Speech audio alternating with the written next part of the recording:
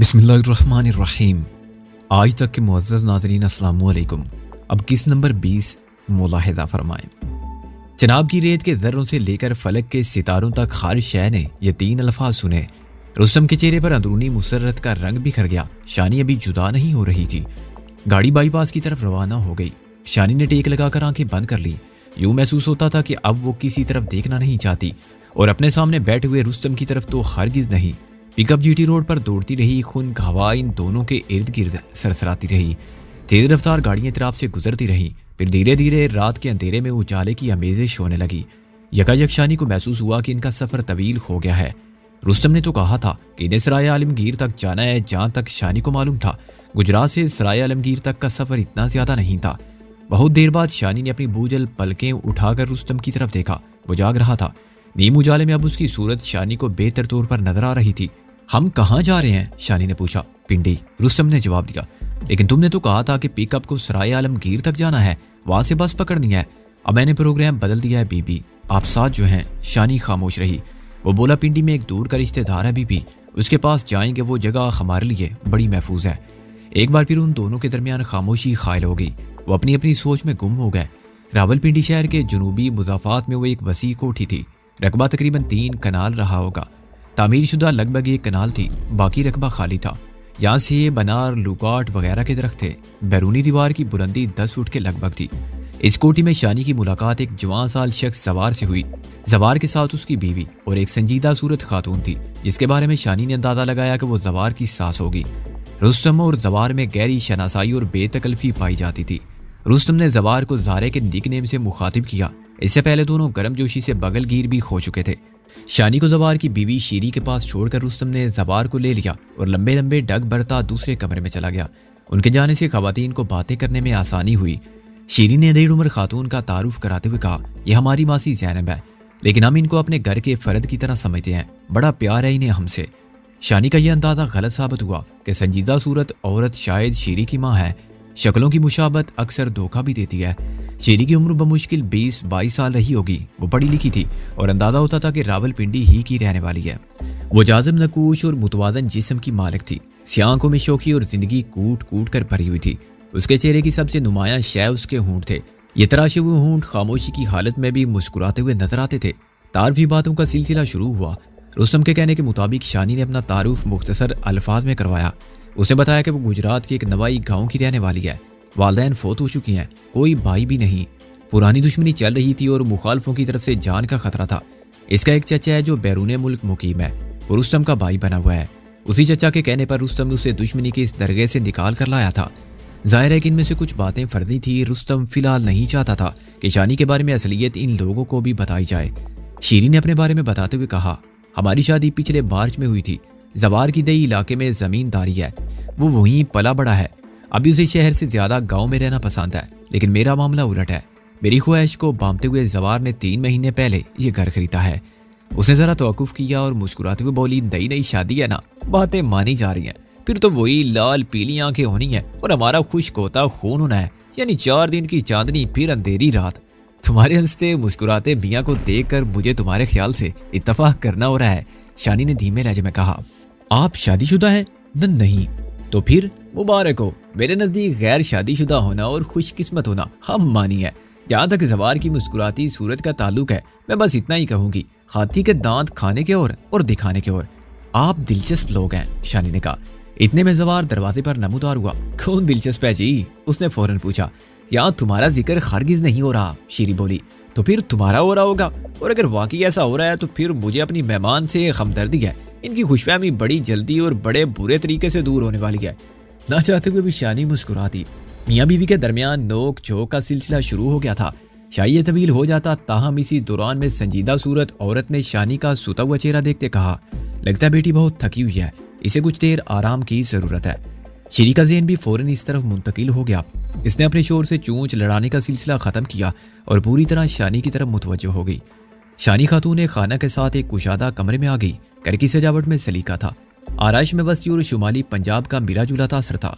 एक खिड़की सरसब्ज लान की तरफ खुलती थी, जहाँ एक जानिब गैराज में शानी को सियाह रंग की बहुत भारी भरकम मोटरसाइकिल दिखाई दी। करीबी नंबर प्लेट के बगैर एक ग्रे रंग की खैबर खड़ी थी। एक तरफ शेड के नीचे परिंदों के लिए बहुत बड़ा पिंजरा बनाया गया था, जिसमें इनवाओ इकसाम के रंग बिरंगे पंछी अपनी बोलियां बोल रहे थे और मुख्तसर फजा में उड़ाने भर रहे थे।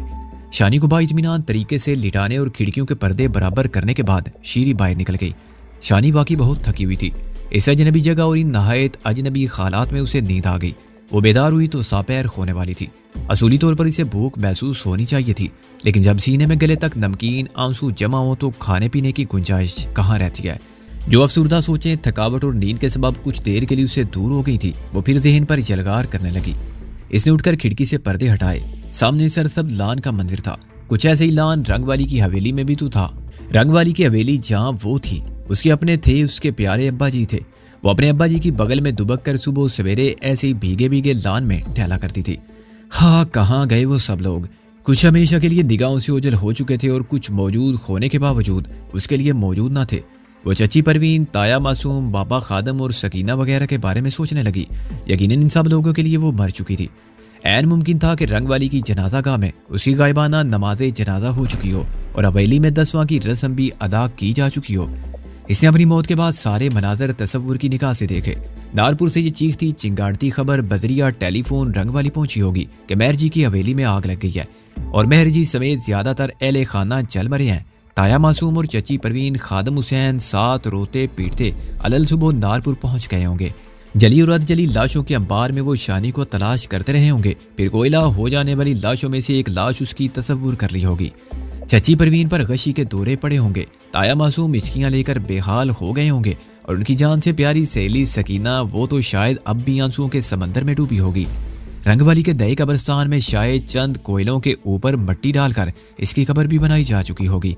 किस कदर अजीब सा एहसास था ये कि वो जिंदा थी और इसकी कब्र भी बन चुकी थी, यानी वो बैक वक्त मुर्दा थी और जिंदा भी। अचानक उसकी सोचों का दायरा एक और समत मुड़ गया और उसके साथ ही बदन में फिर सर्द फरेरी सी आ गई। उसे नगीना का ख्याल आया। उसने नगीना को जागती आंखों से देखा था। उसने नगीना से बातें की थी, उसको छुआ था। नगीना को मरे हुए 2-3 गुजर चुके थे। या खुदा, वो क्या माजरा था? यह सवाल सैकड़ों दफा शानी के ज़हन में कलबला चुका था।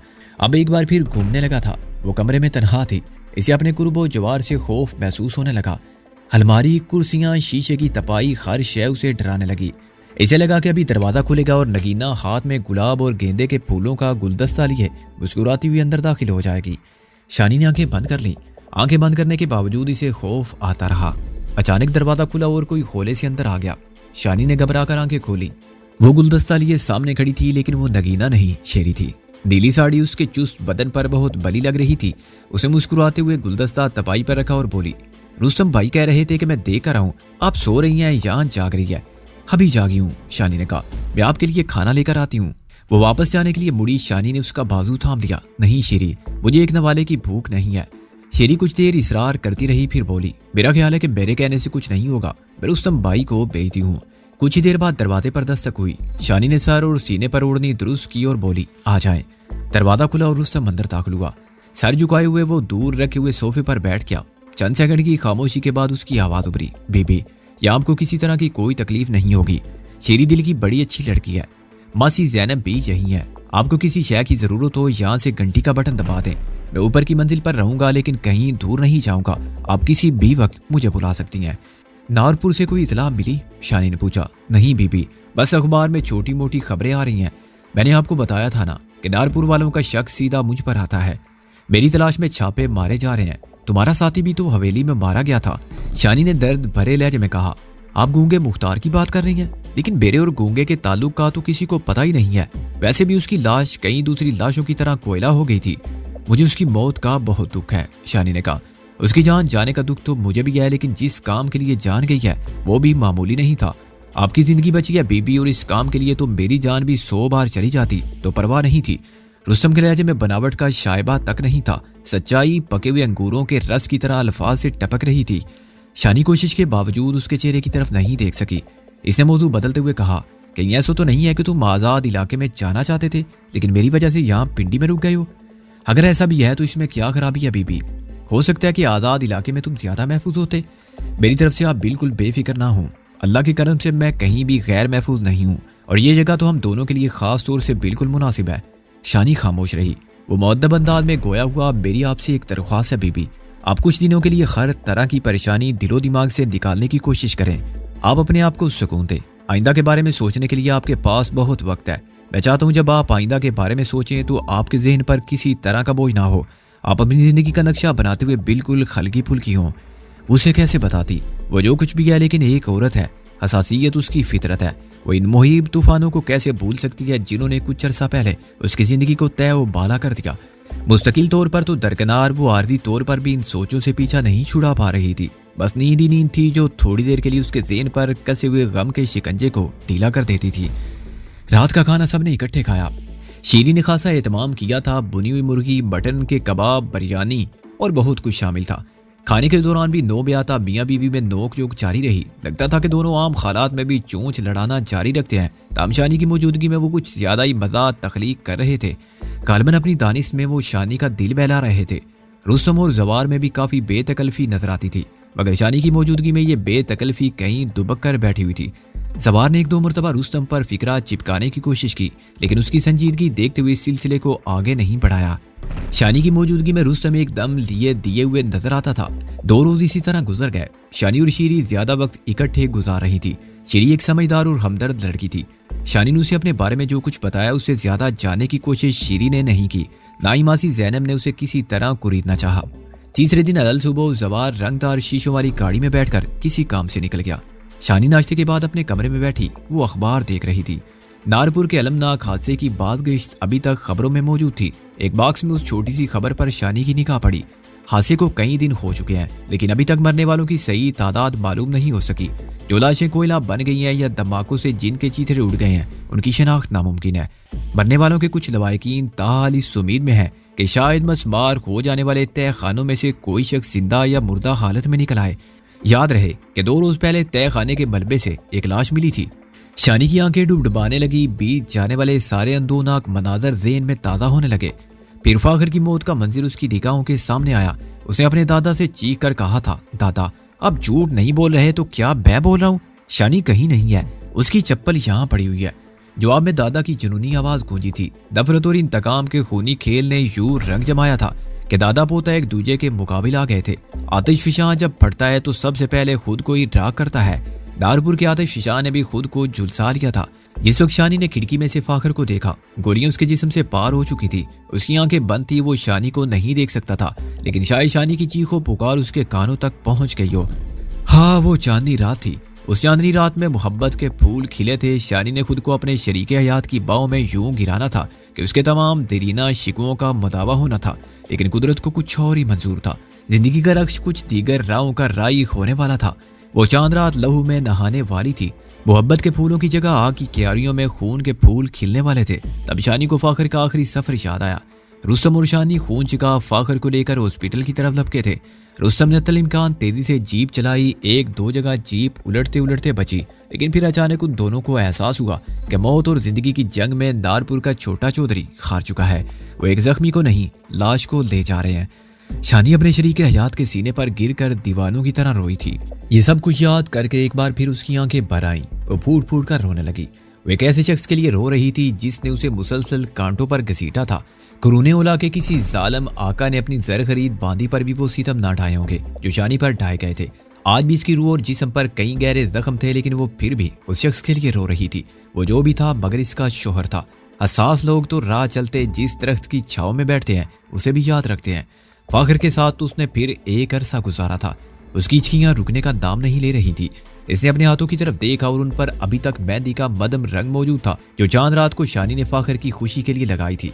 इसने अपनी मुठियां बेंच ली और सर घुटनों पर रख लिया। अचानक दरवाजे पर मदम दस्तक हुई। कौन है? शानी ने लहजे को नॉर्मल रखने की कोशिश की। मैं हूँ शानी। शीरी की शीरी आवाज आई। शानी ने जल्दी से वॉशरूम में घुसकर चेहरे पर पानी डाला और चेहरे को तौलिए से साफ करते हुए दरवाजा खोल दिया। शीरी ने एक नजर उस पर डाली और गालबन उससे एक नजर में वो जान गई कि शानी रोते रोते उठी है। बहरहाल बहुत सी दीगर बातों की तरह उसने ये बात भी कुरीद नहीं की। कैसी तबीयत है? शीरी ने पूछा। बड़ी अच्छी आवाज चल रही है, आए जरा लान में घूमे। शानी ने बालों को समेटते हुए ओढ़नी ली और चप्पल पहनते हुए बाहर आ गई। वाकई मौसम खुशगवार था। तवील गर्मियों के बाद सर्दियों की आमद के आसार अच्छे लग रहे थे। शीरी ने मोहब्बत भरी नजरों से शानी को देखते हुए कहा, आप बड़ी खूबसूरत हैं। उसका अंदाज इतना बेसाख्ता था कि शानी भी बेसाख्ता शर्मा गई। उसे महसूस हुआ कि उसके चेहरे पर खून की सी लहर दौड़ गई है। कैसी बात कर रही हो, शानी ने कहा। बस यूं ही कह दिया, वो अकलाई। फिर जरा तवक्कुफ से बोली, दरअसल सोच रही हूँ कि आप किसी भी बनाओ श्रृंगार के बगैर इतनी अच्छी लग रही हैं, तो जब जरा सजती संवरती होंगी तो कैसी लगती होंगी। हो सकता है कि बुरी लगने लगूं, शानी ने कहा। अचानक उसकी नजरें एक बंद दरवाजे पर पड़ी। यह दरवाजा मुकफ्फल था। इस पर किसी ने सुर्ख रंग के मोटे मार्कर से लिख दिया था। माजी करीब शानी 2 बार पहले भी इस दरवाजे को देख चुकी थी। ये क्या है भाई, शानी ने पूछा। शीरी के लबों पर मुस्कुराहट फैल गई। ये भी एक तमाशा, जावर ऐसे तमाशों का बहुत शौकीन है। क्या मतलब? शीरी ने चलने में सोचा, फिर चंचल अंदाज में भागती हुई कमरे की तरफ गई। चंद सेकंड बाद वो हाथ में एक रिंग लिए नमूदार हुई। लबों में मुस्कुराहट दबी हुई थी। आइए आपको दिखाऊं, उसने शानी से कहा और झुक कर की होल में एक चाबी घुमाने लगी। चंद सेकंड बाद शानी और शीरी एक खालनुमा कमरे के अंदर थी। रोशनदानों से मदम रोशनी अंदर आ रही थी। शीरी ने ट्यूबलाइट ऑन करके उस रोशनी में इजाफा किया। शानी ने इर्द गिर्द देखा और हैरान रह गई। ये कमरा अजीबोगरीब अशिया से भरा हुआ था। 2 अदद BMW मोटरसाइकिल जिन पर गर्द की तह जमी हुई थी, शराब की खाली बोतलें, 1 अदद दूर बार राइफल जिसके ऊपर टेलीस्कोप लगी थी।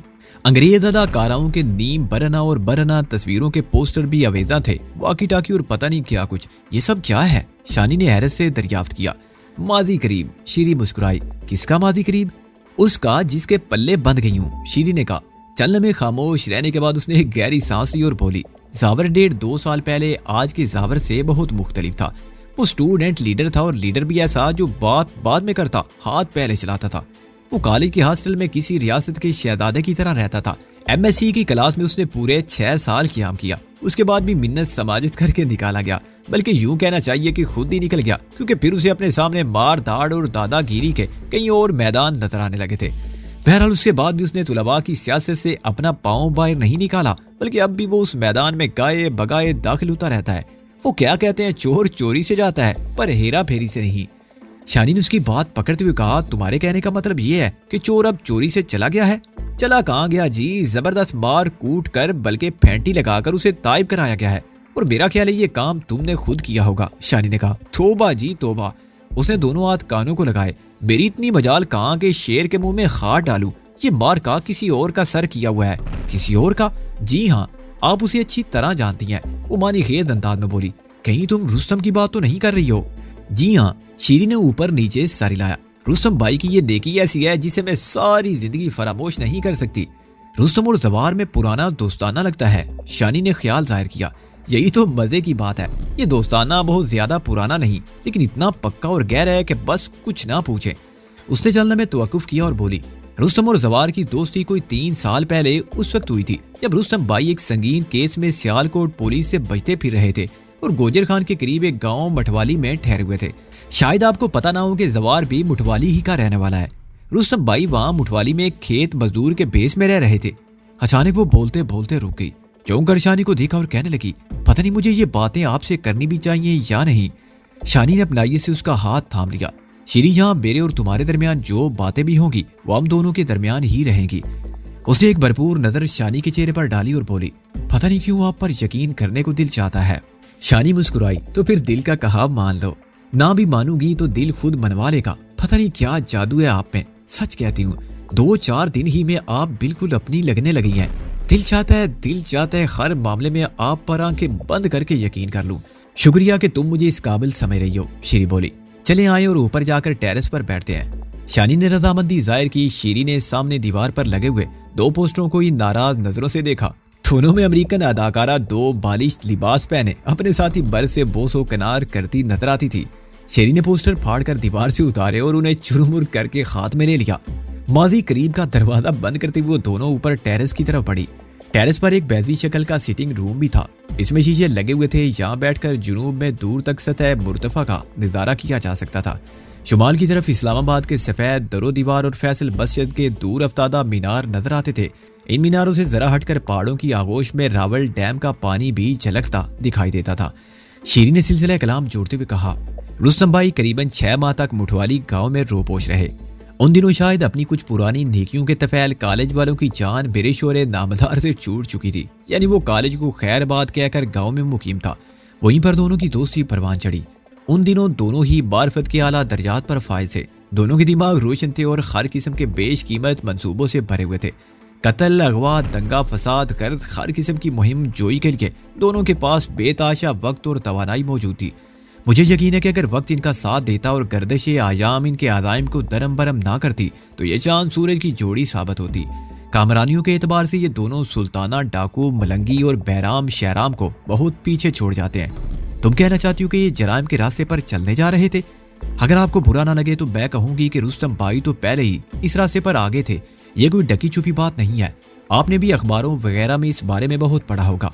हाँ जी, जावर साहब नए नए अकलमंद हुए थे। अपने पुख्ता अज़म, अपनी यकसोई और मेहनत शाका से अपना नाम ऊंचे दर्जे के बदमाशों में लिखवाना चाहते थे, मगर वो क्या कहते हैं, होता वही है जो मंजूर खुदा होता है।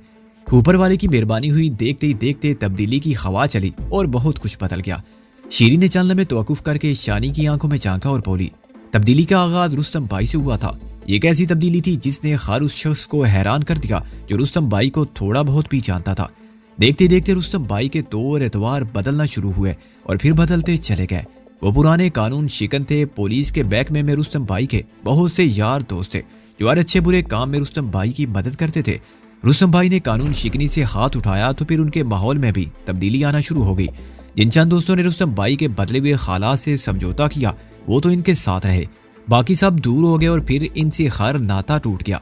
सावर भी रुस्तम भाई के उन 2-3 दोस्तों में से था जिन्होंने इस तब्दीली में इनका साथ दिया। शुरू में इस मसले पर रुस्तम भाई और सावर में शदीद झगड़े भी हुए। एक झगड़े की तो मैं चशमदीद गवाह हूँ। उस झगड़े में दोनों ने बाजारे हुसैन के करीब एक दूसरे को जबरदस्त मार लगाई। इस लड़ाई में जावर जख्मी होकर गिर गया था। बाद में रुस्तम भाई से खुद ही उठाकर हॉस्पिटल में खज्जल होते फिरते रहे।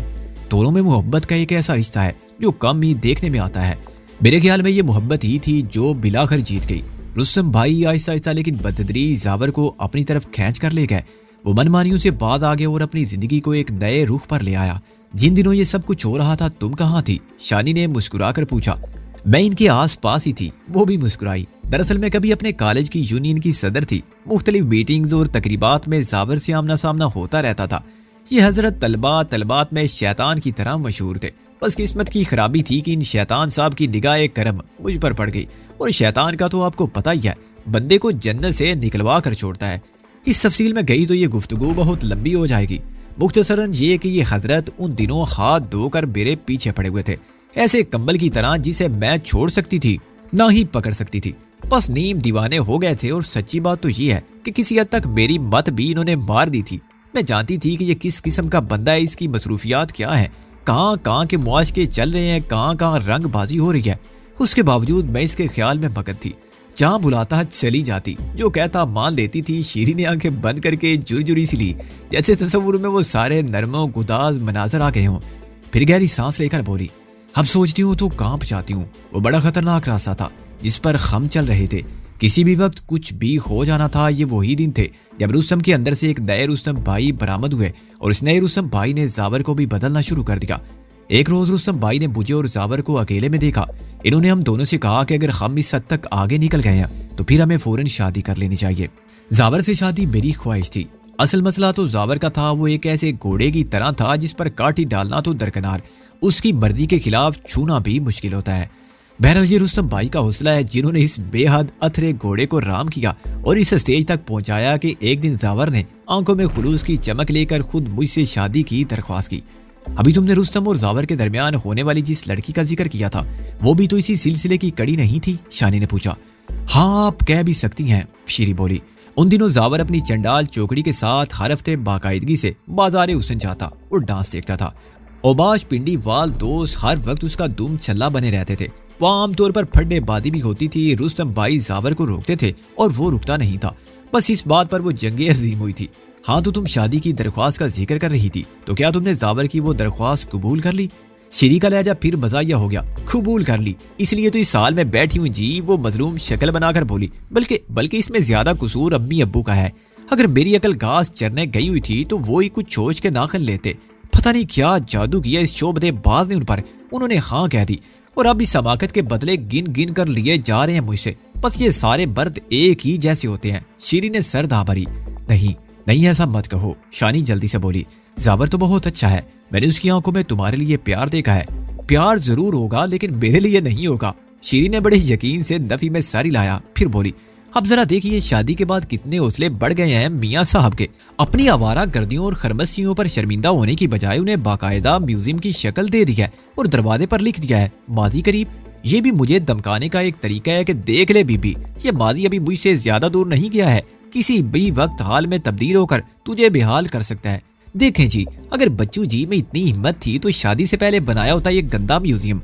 उस वक्त तो जैसे मुंह में जबान ही नहीं थी, गर्दन में हड्डी नहीं थी, अब्बू के सामने सर डाले बैठा था और बकरी की तरह मैं कर रहा था। मैंने खुद देखा था पर्दे के पीछे से। अच्छा चलो छोड़ो, फिर शादी के बाद क्या हुआ? क्या जावर ने तुम्हें गाँव में रखना चाहा? जी हाँ, इस मामले पर भी ठीक ठाक फड्डा हुआ। बाकायदा हाथापाई तक नौबत आ गई थी हम दोनों में, लेकिन मैं अपने उसूली मौकफ पर कायम रही और जावर को साफ बता दिया कि वो तयशुदा बातों को ना छेड़े, हम शहर ही में रहेंगे। मुझे यकीन आ गया कि तुम कॉलेज में वाकई स्टूडेंट लीडर रही हो, शानी ने ज़ेरे लब मुस्कुराते हुए कहा। शानी और शीरी के दरमियान होने वाली ये इंकशाफ अंगेज गुफ्तगू मजीद जारी रहती कि अचानक कोठी के मेन गेट की तरफ शोर सुनाई दिया। मासी ज़ैनब किसी से जकड़ रही थी। शीरी और शानी ने एक साथ उठकर खिड़की से नीचे झांका। शानी को अपनी रगों में खून जमता हुआ महसूस हुआ। कोठी के मेन गेट पर पुलिस मौजूद थी। एक पुलिस मोबाइल गेट के ऐन सामने खड़ी थी। 2 राइफल बरदार गाड़ी के करीब पाए जाते थे जबकि बाकी गेट पर थे। तो क्या ये लोग रुस्तम को ढूंढते हुए पहुंच गए हैं? ये सवाल एक मेघ की तरह शानी के दिमाग में पैवुस हो गया।